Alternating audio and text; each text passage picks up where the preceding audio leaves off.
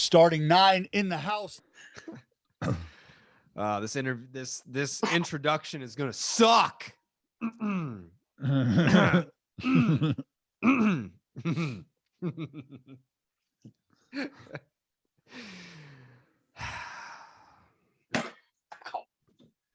was my foot. That's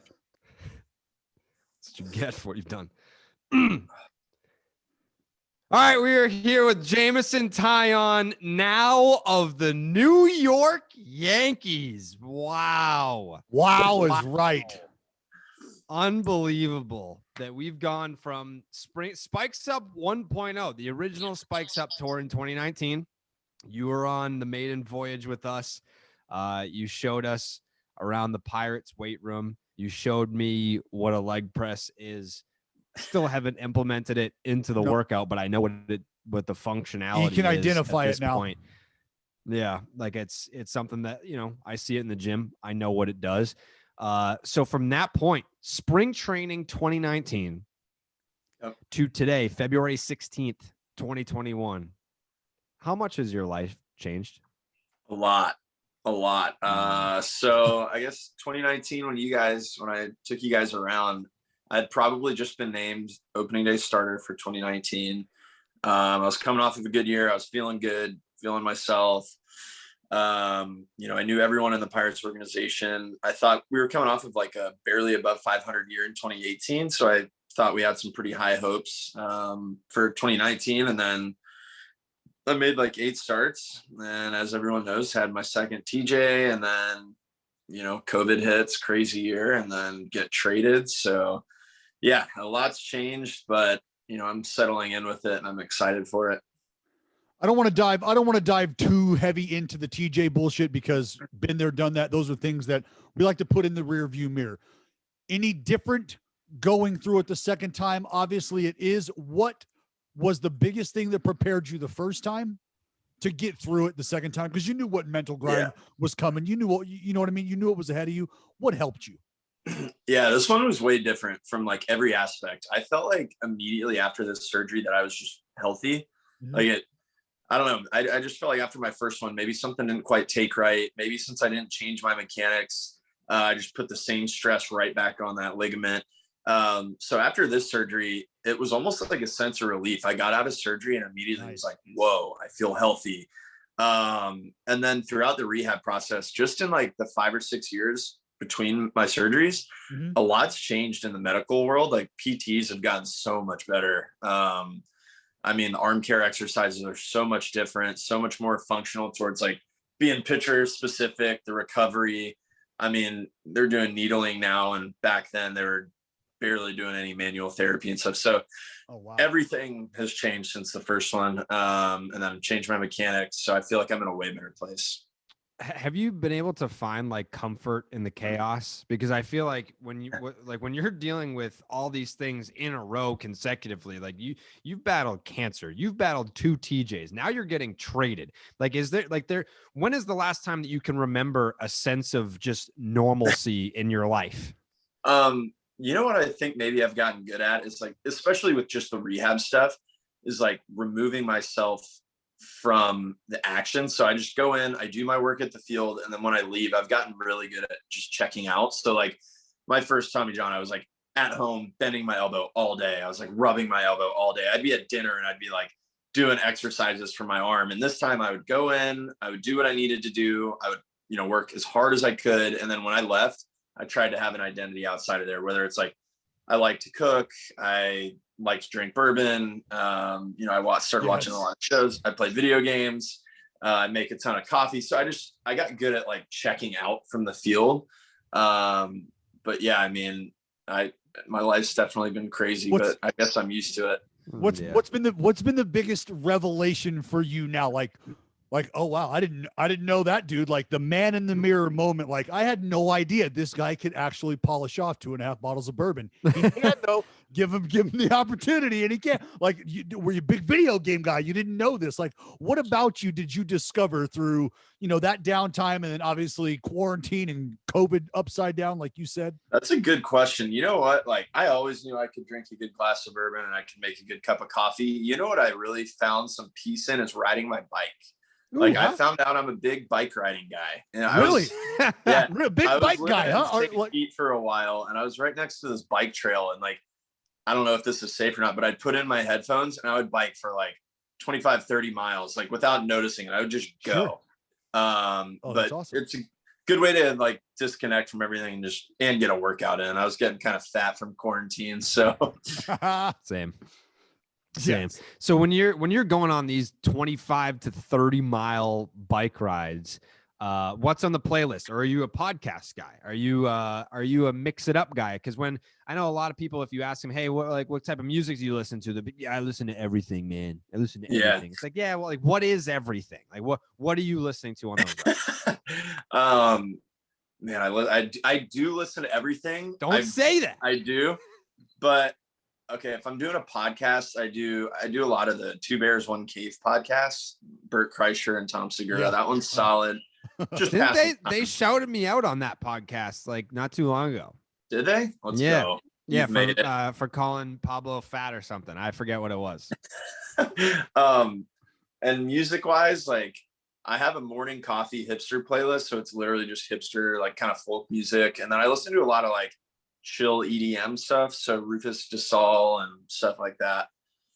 Just vibers. How much does your like in the gym playlist vary from your riding a bike in the wild playlist?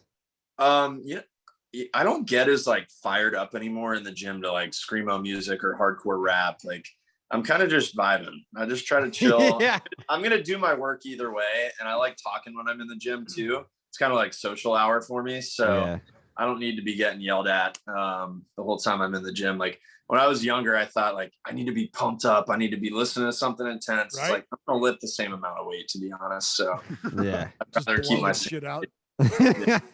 Yeah, I can't. No need to go down that road. Well, you've put all the work in. You've discovered who you are, right? You've gotten in touch. You've centered your chi during this downtime. Let's be real. Anytime you answer the phone and you get news, there's trigger words. There's things that you don't hear, and then there's things that catch your ear. When you hear Yankees, what was the first thing that came to your mind? Man, I'm trying to think back. I blacked out after I found out I was being traded. I guess the first thing was that it was a perfect fit. Like everything I know about the Yankees organization, like I had heard really good things already about Matt Blake, the pitching coach. Cressy's in charge of like strength and performance. Yep. Their head PT and like head of medical at the Yankees is really good friends with the PT I worked with closely in Pittsburgh for my rehab. So like, oh, nice. It seemed right away like it was just a good fit. And then me and Gerrit have worked together in the past, which is awesome. So like if I was going to go anywhere and have my world turned like upside down from Pittsburgh was who drafted me and I was with that organization for 10 years. Like it seems like if I was going to go anywhere, this was just a really good fit. Well, that and so you talked about Gerrit Cole. Obviously, what you guys had sort of manifested by way of getting to the big leagues, making your mark, and you even said maybe it didn't quite happen linearly for both of us at the same time. It happens at different times for everybody. Understood. Now you find yourself back in that same room with this same guy, and he had some very high praise when asked about you and the thoughts of bringing JT in the building. What did you think when you hear a guy like Gerrit Cole basically tell Aaron Boone, the creator of the Savages in the Box, that, yo, you want a savage on the mound? Basically, you want a guy, this is our guy. You want a dude who you want in a foxhole with you. This is our guy. How's that make you feel? Yeah. So, I mean, going into a new organization, like it's good to have allies and have people that you know and people that you can rely on. So one, just having Gerrit on my side and like him having my back, like that's important. He's a guy I can look for on the first day and ask questions and stuff, which is awesome. But yeah, I mean, as you know, from playing, like the best compliment you can get is being a good teammate, being someone that guys want to be around and play with. So to come from a guy like Gerrit, that means a lot. And then he's been through a lot ever since we played together. He went to Houston. He got to play with some of the best players in the world. He's been with New York now for a year. He's played with some of the best players in the world. And for him to speak highly of him, he's pretty sweet.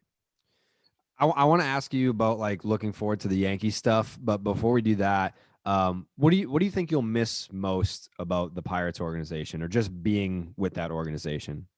Yeah. Man, there's a lot. I mean, this is kind of like cliche sounding, but the relationships. I mean, that group of guys, like it really hurts me that we didn't get to win together, because the guys that I got to play with, I mean, seriously, like I made some of my best friends. I'll stay in touch with those guys forever. So the fact that we didn't get to accomplish more together kind of sucks. Yeah, I mean, I'll definitely miss, like, when you come up through the minor leagues with guys, it's a different level of connection. Like, we've known each other when we were grinding a little bit. We've known each other before we made it. So those relationships, like just sitting there and watching games with the other starters, that stuff's something I'll for sure miss. Mm-hmm.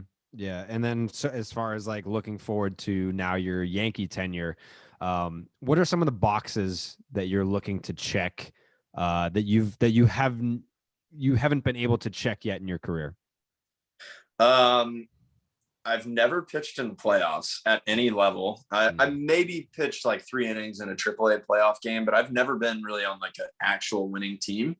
So everything I've heard about this team is like when they show up, they're all business. They're showing up to work. Everyone's pulling on the rope, the same direction. So I don't mean that like as a slight at Pittsburgh, but the fact is we weren't winning there. And now to join an organization that has that winning mentality and culture, that's something I'm pretty fired up about. So yeah, I mean, I guess just winning. Again, sounds like cliche, but I never really even won in high school. For like, I was on a really talented team, and I've never really been a part of like just a super winning environment. That's important. I mean, that means a lot. That's why you sign up. That's why we're playing this game.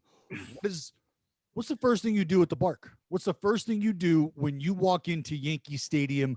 You're home. Because it's your home now. You're not a visitor. You're not taking your camera, and you're not some nerdy tourist walking around Monument Park now. And it's okay to go there this time, but this is your home now. Yeah, I'm already like, I kind of have anxiety about some of those things about like, where the hell do I show up? What entrance do I go through? Where do I park? Where do I get dropped off? Like, where's the freaking locker room? How do I get there? Like, right. What kind of ID? Where are you going to live? Have you decided where you're going to live yet? I mean, don't live in Manhattan sucks. It's the worst. I lived there for 3 years. Nothing but, going out on the weekends. I mean, I don't know if you're ever going to have that opportunity. It's a good time. It's a fun city. Living in the city, not that great. Yeah. So this is going to hurt you then. We're kind of narrowing it down, me and my girlfriend, to like Chelsea, Tribeca, West Village. We're both city people, grown up in a big city in Houston. We like being around the action, coffee shops, restaurants, all that. Yeah. So we're definitely looking to be on a quieter street, like be away from all the action, but be close enough to where we can go enjoy it. Yeah. I mean, like if you're a big time coffee guy, obviously you're going to love New York City, and then like the dining's great. And yeah, I think that you'll enjoy it. I think that you will look back on your time spent there very much in a fond manner. Have you been able to speak to Aaron Boone yet? I have. Yeah. I've talked to him twice. I think I talked to him the day I got officially traded. We talked for a little bit, and then we caught up just over like kind of how my bullpens were progressing and stuff like that. From everything I've heard and everything I've observed so far, he seems very likable, easy to get along with, stuff like that. Mm-hmm. Yeah, no, he's great. You got to hit him with this one, JT. When you go in to talk to him for the first time, just go, give him this one. I'm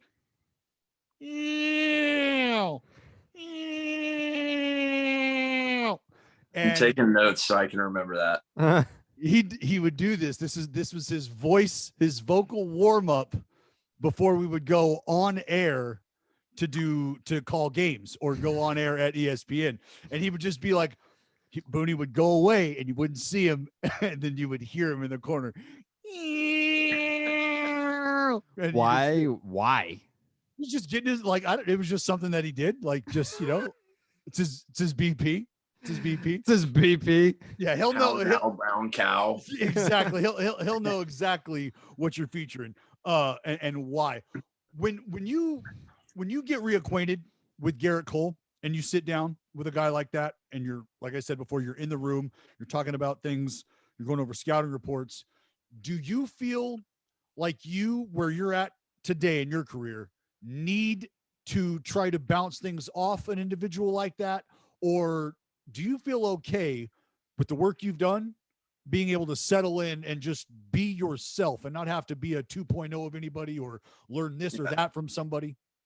Yeah, that's a good question. I think so. I actually, going back to like even the rehab question, something I've definitely learned is that I love collaborating. Like I've gotten good at having a filter to where I don't have to take everything, but I do love to collaborate with people. So like, I would definitely love the opportunity to ask Gerrit, like, hey, how are you going to approach the Blue Jays lineup tomorrow? But then knowing like he's different than me and I need to take some things from it, maybe leave some things. And our pitch mix is obviously a little different. So I do love bouncing things off of as many people as possible, but I'm pretty comfortable too with like the work I've done. And I actually remember Gerrit saying back in Pittsburgh, he was kind of, when he was young, he really used all of that as like, I don't know the right word, but like everything he was doing was to make himself better down the road.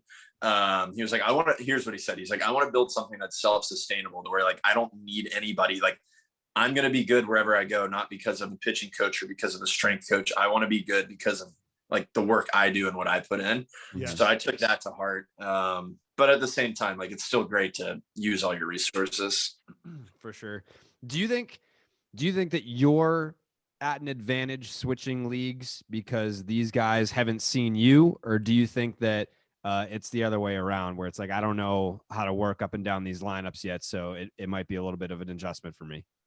It's probably a mix, I guess. Like, when I game plan, I look for outliers. Like when I look at a scouting report, I look for something that just jumps off the page at me. Like this dude is hitting 050 on curveballs in the zone over the last 6 weeks, or like I look for crazy outliers. But if there's not crazy things that jump off the page at me, like I kind of just go out there and pitch to the rhythm of the game. Like I just kind of go with the flow and I see what's working out there and see what the catcher is calling.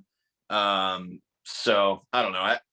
I don't know if like the familiarity with hitters, it'll definitely help over time for me, but like I think it'll probably be pretty fair. And I always liked pitching in the American League, just that like mindset of going to the stadium knowing, hey, if I'm at like 5 innings, 75 pitches and 3 runs, they're not going to hit for me if we're down a run or two. Right. That's a really nice feeling.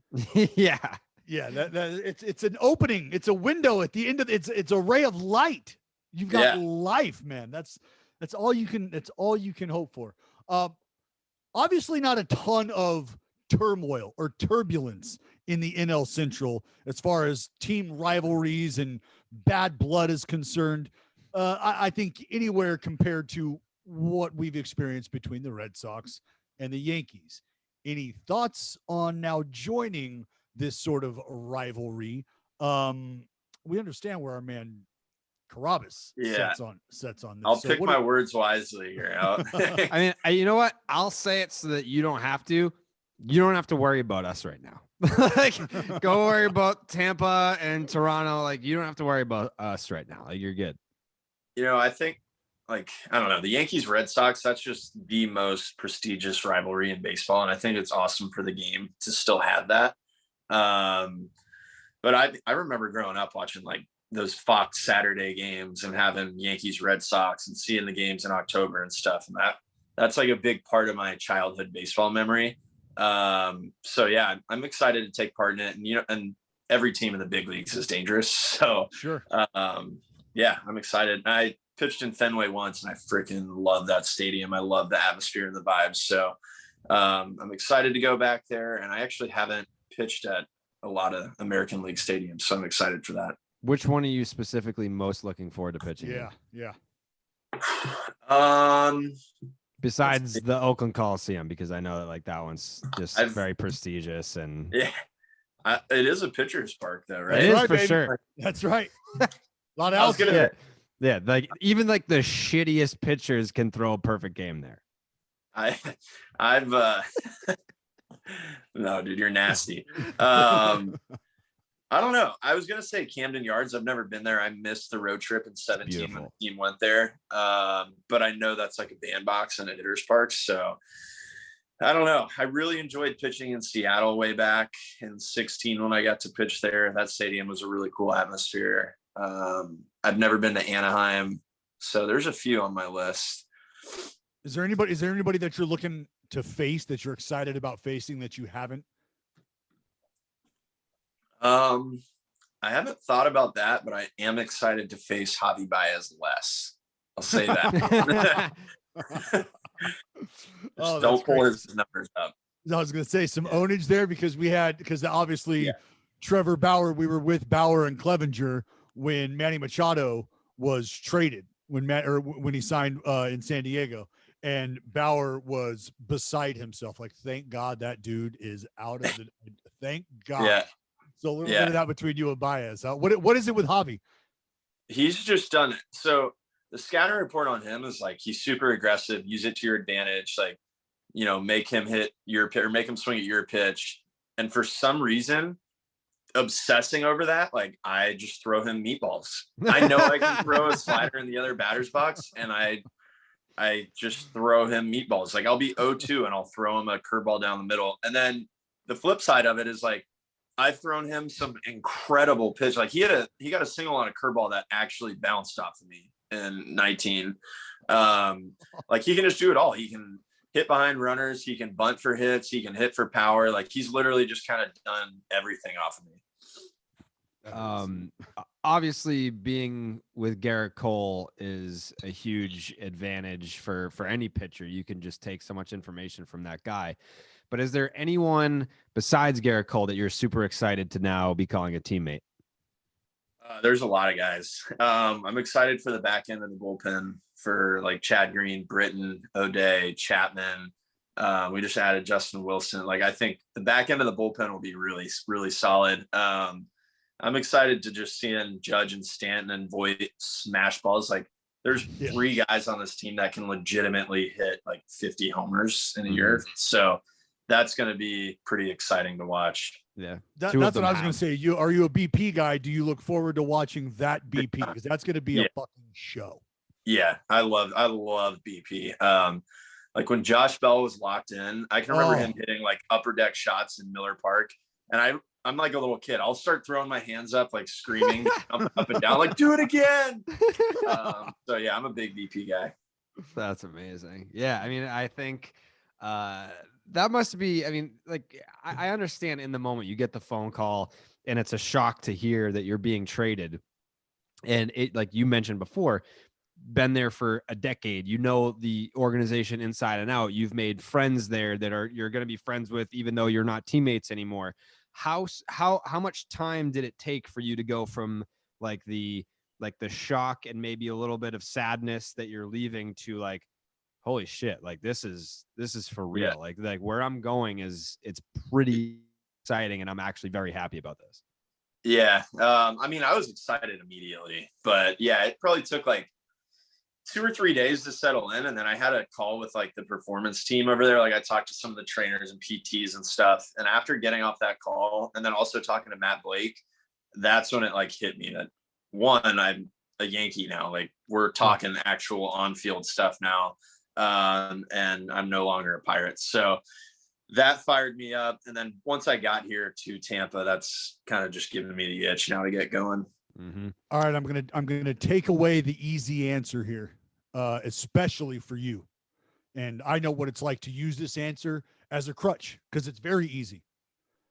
Aside from shit not falling off out on the field, aside from staying healthy, what is your central focus going into this season, and what do you need to do to make sure that you have, as Jared said earlier, check the boxes that you need to compete and complete the task at hand? Yeah, I need to be extremely stubborn with the mechanical changes I've made. So I need to like continue all the drill work and everything that's made me feel the healthiest I've ever felt my entire life. Like, I'm having so much fun throwing a baseball for the first time. That's so awesome to hear, dude. That is genuinely awesome. Yeah, to hear, it's super exciting, but I need to stay really up to speed with every drill and everything that's gotten me to this point. So I can't let the length of the season or the grind or the ups and downs take me out of that. I still need to do all my PT work. I still need to do all my weighted ball work. Every day I play catch, even like a hot ass day game in August. Like, I need to lock it in and just focus on like shortening, keeping my arm action short, not letting the intensity of pitching in front of fans at, Yankee Stadium or at Fenway, like take me out of the delivery changes I've made. So that's probably the biggest thing that I need to just lock in and carry over. I know if I'm doing all those things right, that I can stay healthy and contribute to this team.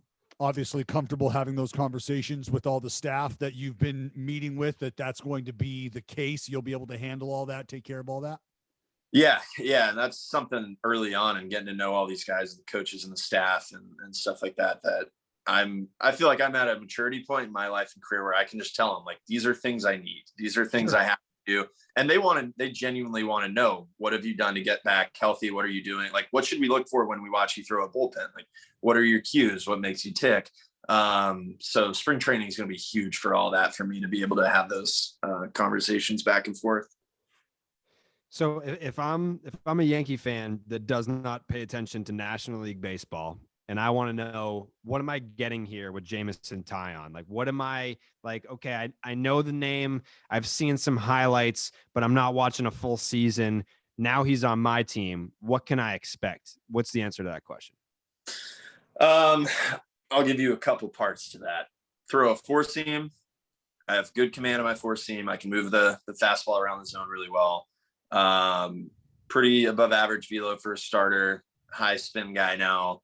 I have a good slider that I can throw for strikes in any count. And then my curveball's been my best pitch since I was like a little kid. Changeup kind of sucks. I've been working on it for a long time. Still not to where it needs to be.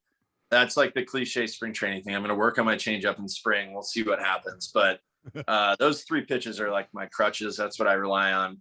And I'm always super prepared. I do my homework. So more times than not, I feel like I'm out there, able to pitch deep into games, turn the lineup over, just be like everything you want in a starting pitcher as far as body stuff, doing their homework, preparing. I feel like I can bring that to the table when I'm healthy.